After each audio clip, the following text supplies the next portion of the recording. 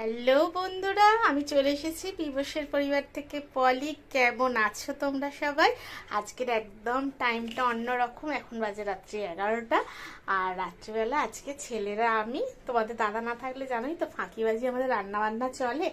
তা এখানে এটা দেখে বুঝতে পারছো, এটা কিন্তু চাউ না, এটা ম্যাগিটা সেদ্ধ করে একদম ঠান্ডা জল দিয়ে একদম ঝরঝরো করেছি। আর এটা আমার কেন বলো তো, একটার সঙ্গে একটা লাগে না। আমি এটা যখন সেদ্ধ করি সামান্য একটু সাদা তেল ছড়িয়ে দিয়েছিলাম। এইভাবে আমি ম্যাগিটা সেদ্ধ হয়ে গেছে। আর আজকে তো ভেজ জানোই, আলু কেটে নিয়েছি, ক্যাপসিকাম কেটে নিয়েছি, এখানে গাজর কেটে নিয়েছি, আর হচ্ছে তোমার এখানে গোল গোল করে কাঁচা লঙ্কা দিয়ে নিয়েছি। আজকে আমরা রাত্রিবেলা মা আর ছেলে ভেজ চাউ খাবো। ইচ্ছা হলো যে ভেজ চাউ খাবো। আর কি, ওই চাউ তো যেহেতু আনা নেই, ম্যাগিটাই ঘরে থাকে, এটা দিয়েই করে দিচ্ছি। তাই ভাবলাম যে একবার তোমাদের সঙ্গে শেয়ার করে নিই। আর কাছে দূরে দেশে বিদেশে যে যেখানে থেকে আমার ভিডিওটা দেখছো সবাইকে জানাই অনেক ভালোবাসা, আর গুরুজনদেরকে জানাই প্রণাম। আজকে ছোট্ট ভিডিও, আমি যেটাই খাবো শুধু ভালো মন্দ রান্না করলেই যে শেয়ার করবো না, আর যেটা যখন করবো তোমাদের সঙ্গে সবটাই শেয়ার করি। তাই ভাবলাম চলে আসি, এটাও শেয়ার করে নিই। ঠিক আছে, দেখতে থাকো, ফাইনাল লুকসটা তোমাদেরকে দেখাচ্ছি।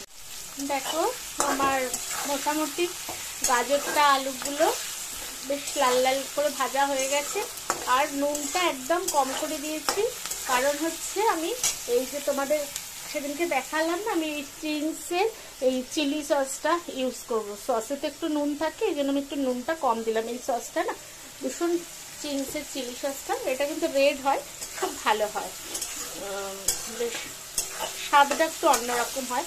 তা মোটামুটি দেখছি আলুগুলো সেদ্ধ হয়েছে কিনা। হ্যাঁ, আলুটা সেদ্ধ হয়ে গেছে, এগুলো ভাজা ভাজা হয়ে গেছে। কারণ চাউমিনের একদম বেশি গ্যাদে গ্যাদে করে ভাজলে ভালো লাগে না, যেহেতু ভেজ করছি বলে আলু দিলাম, নইলে আমি দিতাম না। কিছু তো একটা দিয়ে জিনিসটাকে দাঁড় করাতে হবে, তাই না? এবার আমি ম্যাগিটা মিশিয়ে, এবারে আমি এর মধ্যে ম্যাগিটা দিয়ে দিচ্ছি।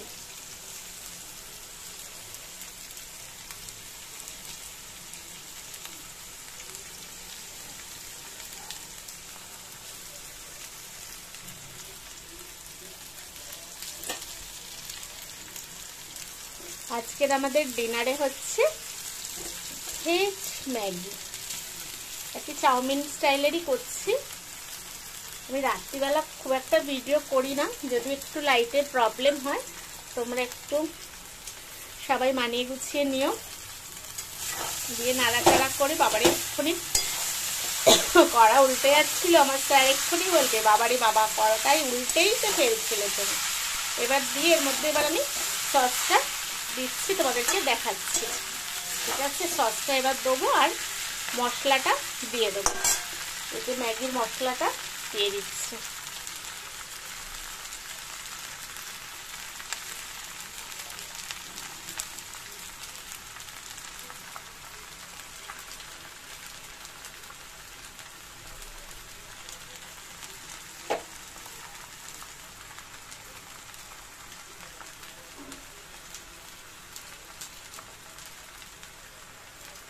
ম্যাগির মশলাটা দিয়ে দিলাম, দিয়ে একটু নাড়াচাড়া করে তারপর সসটা দিচ্ছি। দেখো, এবারে আমার এটা পুরো ভাজা হয়ে গেছে, এবারে আমি একটু সসটা দিয়ে দিচ্ছি।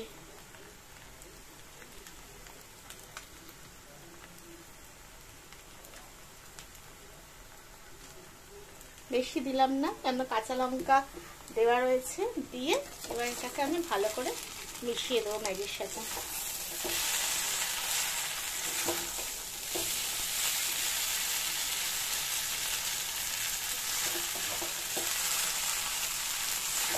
আমার আজকে এরকম ভেজ ম্যাগিটা, তোমাদের এরকম ভেজ ফ্রাই ম্যাগিটা তোমাদের কেমন লাগলো সবাই একটু প্লিজ বেশি বেশি করে লাইক শেয়ার কমেন্ট করো। আর যারা এখনো আমার চ্যানেলটাকে সাবস্ক্রাইব করোনি, প্লিজ একটু সাবস্ক্রাইব করে দিও, আর পাশে থাকা বেল নোটিটাতে ক্লিক করে দিও, যাতে আমার ভিডিও দেওয়ার সাথে সাথে তোমাদের কাছে নোটিফিকেশান চলে যায়।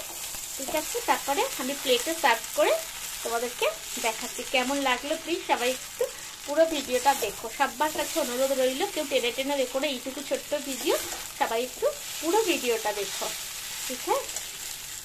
এই দেখো বন্ধুরা, আমার একদম ভেজ ম্যাগি ডান, একদম প্লেটে সার্ভ করে নিয়েছি। মা আর ছেলে দুজনের রাতের ডিনার আমাদের আজকে এইটা। কেমন হয়েছে তোমরা প্লিজ বেশি বেশি করে লাইক শেয়ার কমেন্ট করবে।